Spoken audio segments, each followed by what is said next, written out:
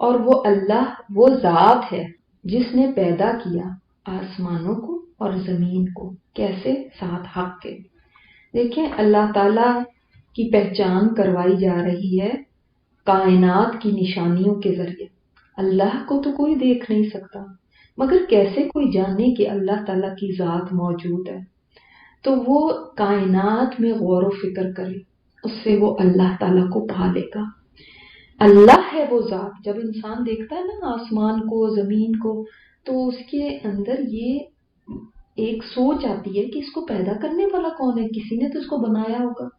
تو یہاں پہ بتایا جا رہا ہے اس ذات کو پہچانو جو ان کی تخلیق کے پیچھے ہے۔ وہ کون ہے؟ وہ ہی ہے وہ ذات جس نے ان کو پیدا کیا ہے، آسمانوں کو بھی اور زمین کو بھی۔ کیسے؟ بالحق، ساتھ حق کے۔ حق کا مطلب، ایک مطلب کیا ہے؟ با مقصد پیدا کیا، یعنی ان چیزوں کا کوئی مقصد ہے، ایسے ہی نہیں وہ جیسے مذاہب میں رام نے اپنی کھیلنے کے لیے اس کائنات کو پیدا کر دیا، اس نے بس ایسے ہی کھیل کھلواڑ کے لیے، بس ایسے ہی اپنے شوق کے لیے، بس ایسے ہی اپنے مشغلے کے طور پہ نہیں، اللہ نے با مقصد پیدا فرمایا، ایسے ہی نہیں پیدا کر دیا۔ اور دوسرا حق کا مطلب یہ ہوتا ہے وہ سچائی جس کو ثابت کرنے کے لیے کسی ثبوت کی ضرورت نہیں ہوتی۔ حق خود اپنا ثبوت ہے، حق خود اپنے آپ کو ثابت کرتا ہے۔ اور واقعی کیسے یہ آسمان اور زمین کی تخلیق حق ہے؟ آپ سوچیں، جتنے بھی مذاہب ہیں، آپ دیکھیں یہ جھوٹے جنہوں نے خدا بنائے ہوئے ہیں یا جنہوں نے خود خدائی کے دعوے کیے ہیں، بڑے فرعون لے لیں، نمرود لے لیں، کوئی اور لے لیں، جو بھی اپنے آپ کو خدا کہتا ہے، جیسے ان کو دیکھ لیں جن کو بھی انہوں نے اپنے سوامی اور کیا کیا اپنے گرو اور پتہ نہیں کیا کیا بنائے ہیں۔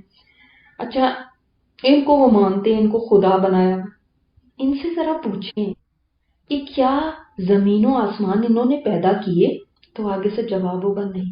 فرعون نے بھی کبھی یہ نہیں کہا تھا کہ میں نے زمین و آسمان پیدا کیے، نمرود نے بھی یہ دعویٰ نہیں کیا۔ یعنی آج پیدا اس نے کیا نا، جس دن وہ چاہے گا اس کو ختم کر دے گا، جس دن وہ چاہے گا سب کچھ ٹوٹ پھوٹ کا شکار ہو جائے گا، تارے جھڑ جائیں گے، آسمان پھٹ جائے گا، زمین میں زلزلے آ جائیں گے، پہاڑ ریزہ ریزہ ہو جائیں گے، اور سب نظام درہم برہم ہو جائے گا، ختم ہو جائے گا سب کچھ۔ اور اس کے لیے اس کو صرف کیا کہنا ہے؟ کلمہ کن، ہو جا۔ وہ ایک دفعہ کہے گا ہو جا تو ہو جائے گا۔ اس کو اس کے لیے کوئی بہت بڑے کوئی انتظام کرنے کی، کوئی بڑے لشکر بھیجنے کی، اس کو توڑنے اور کوٹنے کے لیے اور آسمان کو پھاڑنے کے لیے کوئی فرشتوں کو بھیجنے کی ضرورت نہیں ہوگی۔ اس کا کن کہنا ہی کافی ہوگا۔ یہ اس کی بات بھی حق ہے، ٹروتھ ہے، سچائی ہے، سچ ہے، حق ہے، یعنی اتنا ہی اس کا کہہ دینا کافی ہے، کیونکہ اس کا کہہ دینا بھی حق ہے۔ اور اسی کے لیے بادشاہت ہوگی جس دن پھونکا جائے گا سور میں، اسی کے لیے اختیار ہوگا۔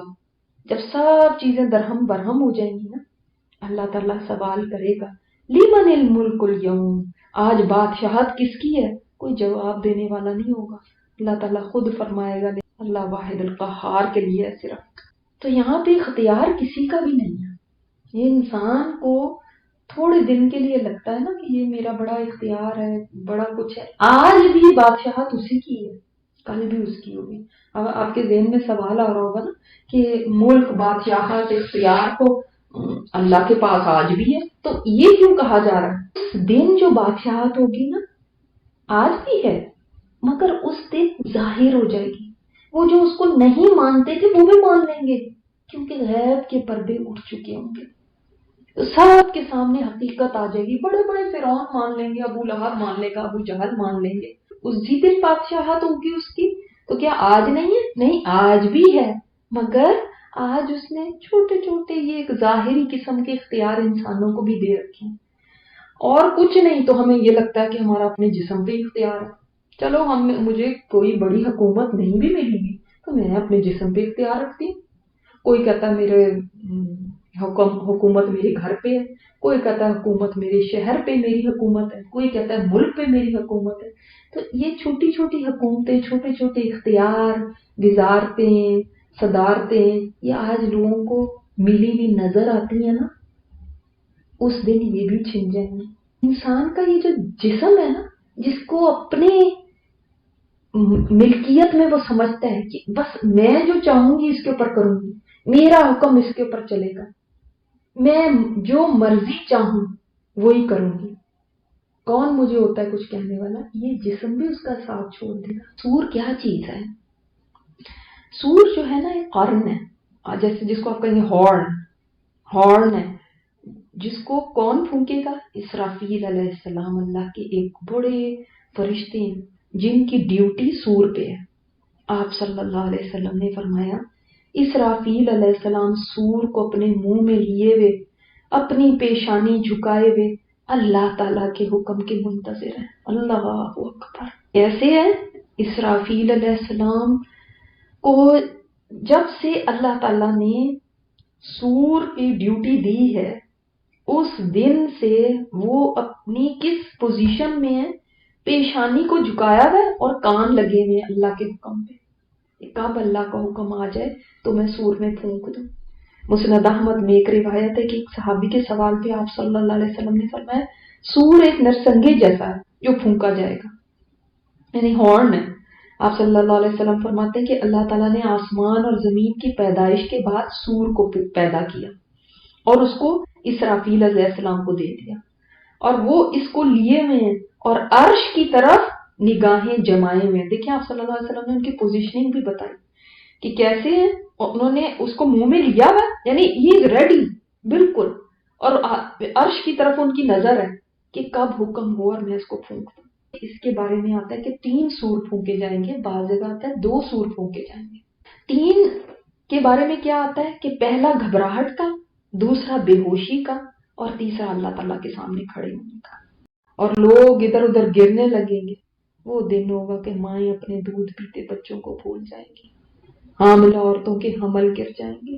وہ دن ہوگا بچے بوڑھے ہو جائیں گے، شیاطین جو ہوں گے گھبراہٹ اور پریشانی کے مارے بھاگتے پھریں گے، زمین کے کناروں کی طرف جائیں گے، وہاں سے فرشتے ان کو مار مار کے ہٹائیں گے۔ لوگوں کا تو، انسانوں کا تو حال ہی نہ پوچھیں، وہ تو اتنے پریشان حال حواس باختہ ہوں گے کہ کوئی جائے پناہ نظر نہیں آئے گی کہ کدھر جا کے چھپ جائے، کدھر چلے جائیں، کوئی اللہ کے حکم سے بچاؤ نہیں نظر آئے گا۔ ایک دوسرے کو آوازیں دیں گے لیکن سارے ہی اپنی اپنی مصیبتوں میں پڑے ہوئے ہوں گے۔ پھر اللہ تعالیٰ اسرافیل علیہ السلام کو جو موت کا ہے یا جس کو کہیں گے بے ہوشی کا ہے، اس کے نفخے کا حکم دیں گے۔ اب جب پھر وہ دوسرا سور پھونکیں گے، اس کے پھونکنے سے جتنی زمین آسمان کی ساری مخلوق ہے وہ اس کو موت آ جائے گی یا بے ہوش ہو جائیں گے، جو بھی کہہ سکتے ہیں مثلا سارے مر جائیں گے سوائے ملک الموت کے۔ وہ اللہ تعالیٰ کے حضور میں حاضر ہو کے عرض کریں گے اے اللہ، زمین آسمان کی ساری ہی مخلوق مر گئی ہے سوائے جس کو تو نے چاہا۔ اللہ تعالیٰ سوال کریں گے یہ بتاؤ باقی کون ہے؟ وہ جواب دیں گے باقی تو حی اور قیوم ہے، تجھ پہ کبھی فنا نہیں ہے، تیرے عرش کی اٹھانے والے فرشتے ہیں اور جبرائیل اور میکائیل ہے۔ تو اس وقت عرش کو زبان ملے گی اور وہ کہے گا اے پروردگار کیا جبرائیل اور میکائیل بھی مریں گے؟ اللہ تعالیٰ فرمائے گا میں نے اپنے عرش سے نیچے والوں پہ سب پہ موت لکھ دی ہے، کل من علیہا فان۔ جب ہم پڑھتے ہیں نا تو یہی مطلب ہے کہ ہر ایک پہ موت ہے۔ اس سے پتہ چلتا ہے اللہ کسی کا محتاج نہیں، نہ جبرائیل کا، نہ میکائیل کا، نہ اسرافیل کا، کسی کا اللہ محتاج نہیں۔ اب آپ دیکھیں کہ کیا ہوگا، تو پھر اللہ تعالیٰ حکم دے گی کہ جبرائیل اور میکائیل علیہ السلام کو موت آ جائے تو وہ بھی فوت ہو جائیں گے۔ پھر ملک الموت اللہ تعالیٰ کے پاس آئیں گے اور خبر دیں گے جبرائیل اور میکائیل بھی مر گئے۔ اللہ تعالیٰ باوجود یہ کہ اللہ کو پتہ ہے، اللہ پوچھے گا اب باقی کون ہے؟ ملک الموت جواب دیں گے کہ باقی ایک تو ہے جس کو بقا ہے، جس کے اوپر کوئی فنا نہیں، تیرے عرش کے اٹھانے والے۔ اللہ فرمائے گا عرش کے اٹھانے والے بھی مر جائیں، اس وقت پھر ان کو بھی موت دے دی جائے گی۔ پھر اللہ کے حکم سے اسرافیل علیہ السلام سے سور کو عرش لے لے گا، ملک الموت حاضر ہو کے عرض کریں گے یا اللہ عرش کے اٹھانے والے فرشتے بھی مر گئے۔ اللہ تعالیٰ فرمائے گا حالانکہ اللہ جانتا ہے کہ باقی کون رہا؟ ملک الموت جواب دیں گے ایک تو جس پہ موت نہیں ہے اور ایک تیرا غلام میں ہے۔ اچھا اسرافیل علیہ السلام کو بھی موت دے دی جائے گی. پھر اس کے بعد اب جب ملک الموت پوچھتے ہیں اللہ تعالیٰ سوال فرماتے ہیں تو ملک الموت جواب دیتے ہیں کہ اللہ ایک تو ہے، تجھ پہ موت نہیں ہے، اور ایک اللہ میں تیرا غلام. تب اللہ تعالیٰ فرماتے ہیں کہ تو بھی میری مخلوق ہے، تجھے میں نے ایک کام کے لیے پیدا کیا تھا جس کو تو کر چکا، اب تو بھی مر جا. چنانچہ وہ مر جائیں گے. اب اللہ تعالیٰ اکیلا باقی رہ جائے گا، جو اکیلا ہے، تنہا ہے، اس کا نہ کوئی ماں نہ باپ نہ اولاد. وہ زندہ کرے گا. اس کے بارے میں آتا ہے کہ اللہ تعالیٰ پھر زمین و آسمان کو بدل دے گا، اللہ تعالیٰ ان کو کھینچ دے گا جس طرح چمڑا کھینچا جاتا ہے، کہیں اونچ نیچ باقی نہیں رہے گی. پھر ایک آواز کے ساتھ اس نئی زمین کے اندر ساری مخلوق ہو جائے گی، یعنی وہاں پہ آ جائے گی. اندر والے اندر ہوں گے، اوپر والے اوپر ہوں گے. پھر اللہ تعالیٰ اپنے عرش تلے بارش برسائے گا. پھر آسمان کو حکم دے گا، وہ 40 دن تک بارش برساتا رہے گا یہاں تک کہ پانی ان کے اوپر آ جائے گا. پھر یہ جو جسم ہوں گے انسانوں کے، ان کو حکم ہوگا وہ اگیں گے. اس طرح اگیں گے جیسے زمین سے سبزیاں اگتی ہیں، پلانٹس اگتے ہیں. حکم ہوگا، پھر وہ سور لے کے منہ سے پھونکیں گے تو پھر منہ سے لگا لیں گے ابھی. پھر فرمان ہوگا جبرائیل اور میکائیل علیہ السلام زندہ ہو جائیں گے، دونوں بھی اٹھیں گے. پھر اللہ تعالیٰ روحوں کو بلائے گا. مومنوں کی روحیں جو ہوں گی وہ نورانی ہوں گی، اور کافروں کی روحیں جو ہوں گی وہ سیاہ ہوں گی. ان کو لے کر اللہ تعالیٰ سور میں ڈال دے گا. پھر اسرافیل علیہ السلام کو حکم ہوگا کہ اب سور کو پھونکے. تو وہ اب سور کو پھونکیں گے نا، تو جب وہ سور کو پھونکیں گے تو وہ روحیں اس میں سے نکلیں گی، کیونکہ اس میں ڈال دیں گی نا جیسے شہد کی مکھیاں نکلتی ہیں. سارا خلا ان سے بھر جائے گا، اتنی ظاہرہ روحیں ہوں گی. پھر اللہ تعالیٰ کا ارشاد ہوگا مجھے اپنی عزت اور جلال کی قسم ہر روح اپنے اپنے جسم میں چلی جائے. اللہ کے حکم کے اوپر سب روحیں اپنے جسموں میں نتنوں کے یہ نوسٹرلز کے ذریعے چلی جائیں گی. اور جس طرح زہر انسان کے ایک ایک جسم کے اندر تک چلا جاتا ہے نا، اس طرح روح سارے رگوں میں ہر جگہ پہنچ جائے گی، روئے روئے میں چلی جائے گی. اس وقت پھر زمین بھی پھٹے گی اور لوگ اپنی قبروں سے بھی نکل کھڑے ہوں گے، کیونکہ ان کے اندر بھی روحیں پڑ گئی نا. اب وہ جو اوپر تھے مرے تھے اس وقت ان میں بھی پڑ گئی، جو اندر تھے ان کے اندر بھی پڑ گئی. سے پہلے آپ صلی اللہ علیہ وسلم کے اوپر سے زمین پھٹے گی اور آپ اٹھیں گے. وہ گریہ و زاری کر رہے ہوں گے، اتنا روئیں گے کہ آنسو ختم ہو جائیں گے، اور آنکھوں سے آنسو کی بجائے خون نکلنے لگے. پسینہ اتنا بہے گا، ظاہر ہے گھبراہٹ میں انسان کو کہتے ہیں نا اس کے پسینے نکل گئے. میرے تو پسینے چھوٹ گئے. تو کیا ہوتا ہے گھبراہٹ کی وجہ سے، کتنی گھبراہٹ ہوگی. تو باقیوں کو بھی سمجھ آ رہا نہیں، جو ان کے مرید ہیں یا پیروکار ہیں یا ان کو پوجنے والے ہیں ان کو بھی سمجھ آ جائے گی، اور جو بادشاہ بنے ہوئے ہیں ان کو بھی سمجھ آ جائے گی کہ اصل بادشاہ کون ہے. عالم الغیب والشہادہ، وہ ہے جو غیب اور حاضر کا جاننے والا ہے. کوئی اور بھی ہے جو غیب کا جاننے والا ہو؟ دعوے تو بڑے لوگ کرتے ہیں ہمیں غیب کا علم، ہم سے آ کے پتہ کراؤ اپنی فیوچر کا اور موت کا. ان کو اپنی نہیں پتا ہوتا کہ میں نے کل مر جانا. یہ غیب کس کے لیے؟ انسانوں کے لیے، مخلوق کے لیے جو چیزیں غیب ہیں. اللہ کے لیے کوئی چیز غیب ہے ہی نہیں، اس کے لیے ہر چیز ہی ظاہر ہے. اور وہ جو حکمت والا ہے اور باخبر ہے، وہ اپنی حکمت کے ساتھ اس نظام کو چلائے ہوئے. اس کی حکمت ہے اس کے سارے فیصلوں میں، اور وہ باخبر ہے. جو باخبر ہوگا وہی حکمت سے فیصلے کرے گا نا، جس کو خبر ہی نہیں اس کی کیا حکمت ہوگی. وہ ہر چیز سے باخبر ہے. کوئی اور بھی ایسا ہے جو ہر چیز سے باخبر ہو؟ یعنی انبیاء کے باپ کہلاتے ہیں ابو الانبیاء، اور جن کو مشرکین بھی اپنا بڑا مانتے تھے، مشرکین مکہ. ان کی بات ہو رہی ہے. اولین مخاطب مشرکین مکہ ہی تھے نا. ان کو بتایا جا رہا ہے تم تو شرک کرنے لگے ہوئے، دیکھو تو صحیح، جن کی تم کہتے ہو ہم ان کی اتباع کرتے ہیں، ان کے دین پہ چلتے ہیں، ہم ابراہیم علیہ السلام کے ماننے والے ہیں، جن کا تم اتنا نام لیتے ہو، ذرا ان کی تو بات سن لو. وہ تو شرک سے ایسے پاک تھے، وہ تو لوگوں کو شرک سے دور کرنے والے تھے. جب ابراہیم علیہ السلام نے، اور اس جب آتا ہے تو مطلب کیا ہوتا ہے؟ جب کا تو ہم نے لکھ دیا، لیکن کیا مطلب ہے؟ یعنی یاد کرو وہ وقت جب ابراہیم علیہ السلام نے اپنے باپ سے، جس کا نام کیا تھا؟ آزر، اس آزر سے کہا تھا.